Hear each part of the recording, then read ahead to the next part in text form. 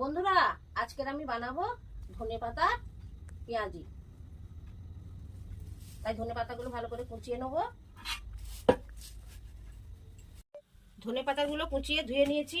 এবারে দিয়ে দেবো লবণ, হলুদ গুঁড়ো, হাফ চামচ বেকিং সোডা, 1 চামচ কর্নফ্লাওয়ার আর বেসন দিয়ে দেবো, আর কাঁচা লঙ্কা, পেঁয়াজের কুচি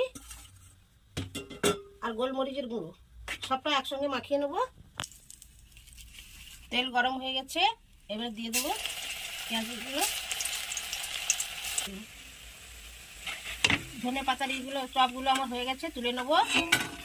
এইভাবে আমি সবগুলো ভেজে নেব। ধনে পাতার চপটা আমার রেডি হয়ে গেছে।